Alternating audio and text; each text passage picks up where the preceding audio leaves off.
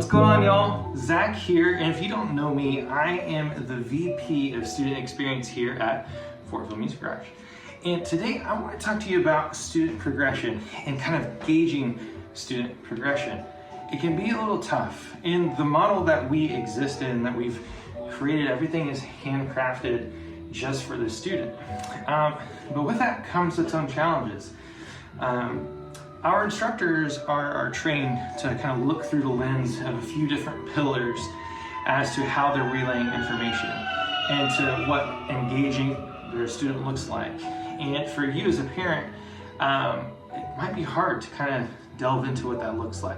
So we use this idea of 3 R's, and this is kind of what I want you to take a look at your student's progression through this lens, if you will.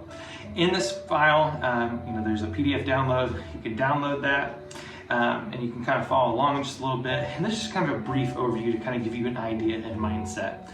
Okay, everything to us kind of filters down through this. Number 1, relationship. Number 2, rhythm. And number 3, repetition. So relationship, it is kind of a triangular type of thing, because there is the student, right? There's the parent, and there's the instructor. And kind of centered around that is the instrument, kind of in the middle of that triangle. And our goal is that the student has a fantastic relationship with the instructor, because the instrument is going to be hard. And so it's the trust in the instructor in that relationship where it's a positive thing that creates a positive win for the instrument. So that's number 1. Number 2, that there's positivity from the parent to the instrument and from the instrument to the student, and then a unified front amongst all of that, okay? So that's first and foremost. We lead with relationship, because relationship and trust and honesty gives us as an instructor the ability to communicate honestly and openly to your student, as well as them to communicate honestly about what they're going through as a human, because that's directly affecting their ability to play their instrument. Such as, I had a bad day. I felt called out by my teacher. My friend was kind of mean to me. I really don't feel like playing music today because I'm actually kind of hurt. Or it's been a really great day and I want to tell you all about it. Because your student or you invite us into that conversation, there's skin in the game. And we kind of share life with one another in a way that is framed around this beautiful kind of trinity of trust and relationship, and it's just awesome. And because that relationship exists, I can go, and my instructors here can go above and beyond. We can say, hey, I know you're hurting, and I'm really sorry for that. Here's a lens to kind of look at that pain, and I want you to know something. I've experienced that too. And one of the ways that I've kind of dealt with that throughout my life is there's this instrument, and it's going to be here. Whether we're in pain and in sorrow, whether we're feeling good or happy, whether we're feeling unmotivated or motivated, it's going to be here. So let's try to take that and apply just a little bit to help it come alongside of us. And let's do it together. It's messy. It's okay. It's okay. It's okay, it's gonna be slow. It's okay, it's gonna be a little ugly because we're not feeling the best today. But it's gonna be awesome because we feel like we did something good. We did something together, you're not alone, right? That's what relationship looks like. And then it's coupled on the backside as a parent, where you get to come alongside that and go, did you have a good time today? Yeah, I'm feeling better. Or like, yeah, it was good. Great, right? And you know that we care. The student knows that we care, and the student also knows that you care. And it's just this beautiful thing. Rhythm. So that if I go back real quick, that first R, that relationship, right? So kind of like the monarch question of that, or the keynote, there's the word. Keynote question is the relationship good inside of that triangle? And if it is, it's a win. No case for anything else. That is the win, because that win right there informs all the rest, okay? So moving on to rhythm. So that's relationship, moving on to rhythm. Is your student doing well in lessons? Is your student displaying grit, continuing forward, even when it's a little ugly? Is your student displaying consistency when they're practicing? And you can't just listen once to kind of measure that. You have to be engaged in the entirety of it. And sometimes it's hard on the ears. Is your student counting? Is your student counting out loud?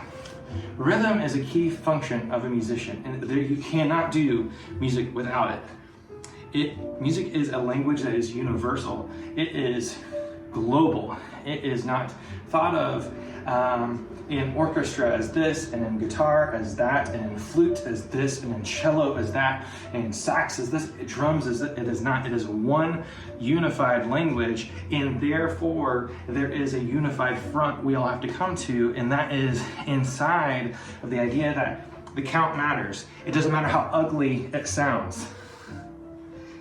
You catch that? It doesn't matter how ugly it sounds.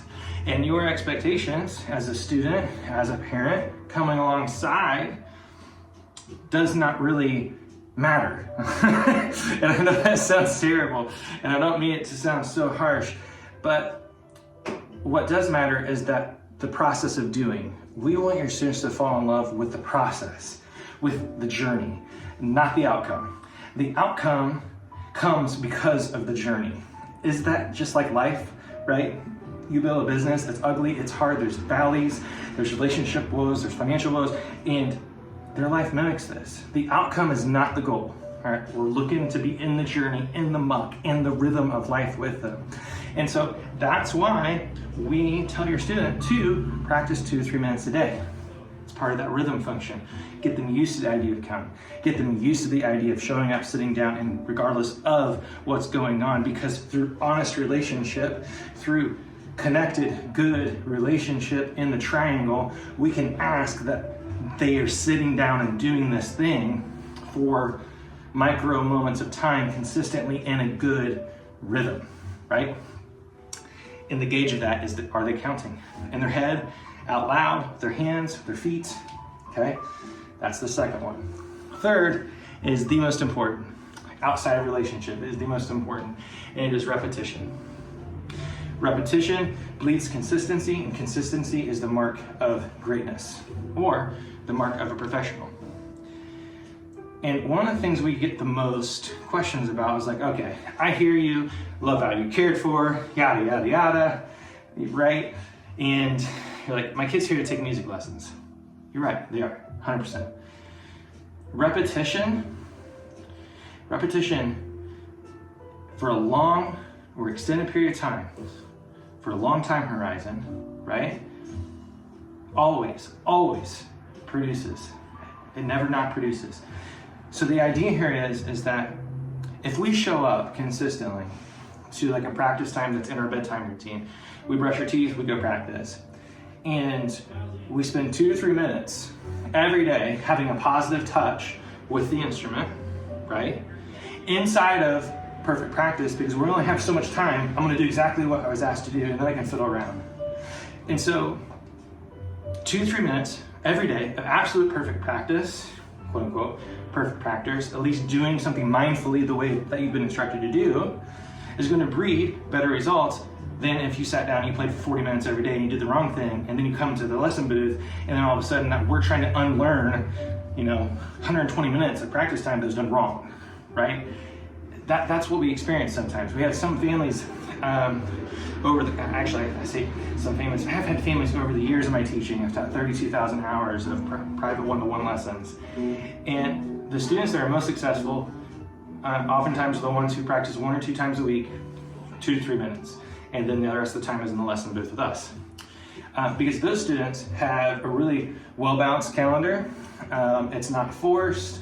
They have a love for the instrument because it was bred in relationship and rhythm, and now that repetition is healthy. And oftentimes as they sit down for the first time, now it's 2 to 3 minutes of great, and then I'm already here, 2 to 3 minutes turns to 5. Wow, I love doing that. 5 turns into 10. Now I'm doing 10 minutes of practice time that's absolute banging, and it's good. It's good. All the while, you, as the parent, are feeling positive about the instrument, positive about their practice time. Students feel positive about them because they know slow plus ugly equals awesome, because they're focused on the journey, not the destination. And all of a sudden, all the metrics of how we judge a musician have now changed to, can a student sit down and provide value wherever they are? If any of our students sit down with a professional that they've never met before, and the professional asks them, hey, will you count us in? Hey, can you play in the key of G, the key of C? Hey, can you play a beat? I want the answer from 4 years old, 2 years old, whatever that is and looks like, all the way up to our professionals to be able to say yes. And they don't have to feel ostracized. Can they play exactly what that song is? Probably, given the time and the effort, sure. But more importantly, do they know how to play their instrument? Because there are lots of people all over the world who know how to play songs, who know how to play riffs, who know how to play little lead parts or jingle bells and all the little things that us as parents, I have 4 kids, I know, like we want to hear those quick wins, those dopamine hits. But we live in a dopamine-ridden world. Everything's instantaneous access, instant gratification, and it is killing our kids because they do not know how to delay gratification. Okay, so the win and the engagement piece you're looking for is there a solid relationship that's built on honesty and trust amongst the Trinity around the instrument that is both positive, encouraging, and full of grit and grace. And then it leads to the good rhythm. Is your student counting? Is there consistency there? Were they,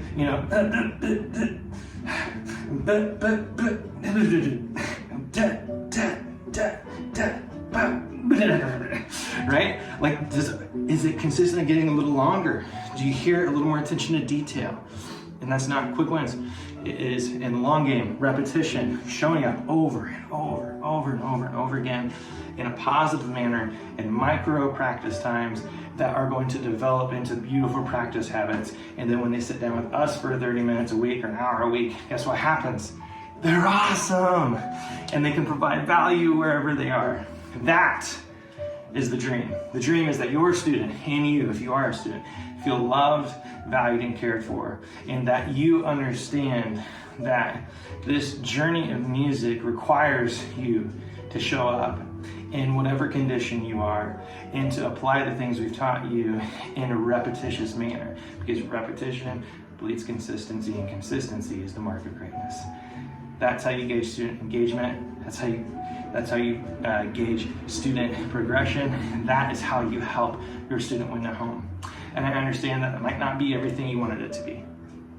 But I can tell you from my 32,000 hours of teaching one-on-one and seeing some students fly and some students fail, quote unquote, fail, is that very thing. Come alongside, ask questions to your instructor, ask for helps and resources. We're actively building all of those things for you. But more than anything, we want you to know that it's okay to be slow. It's okay to go a little ugly, because your students are going to feel awesome when they do. And you should too. Why? Because they're learning how to fail forward consistently. And that creates endurance and perseverance and grit. And those are all characteristics of great people. Catch you later. My name is Zach. If you need anything, reach out to Krista, and I'll be more than happy to have a conversation with you. And we love you. Thank you so much for being a part of this community. It truly is a gift. You are a gift, and you are loved, valued, and cared for. Catch you later. Peace.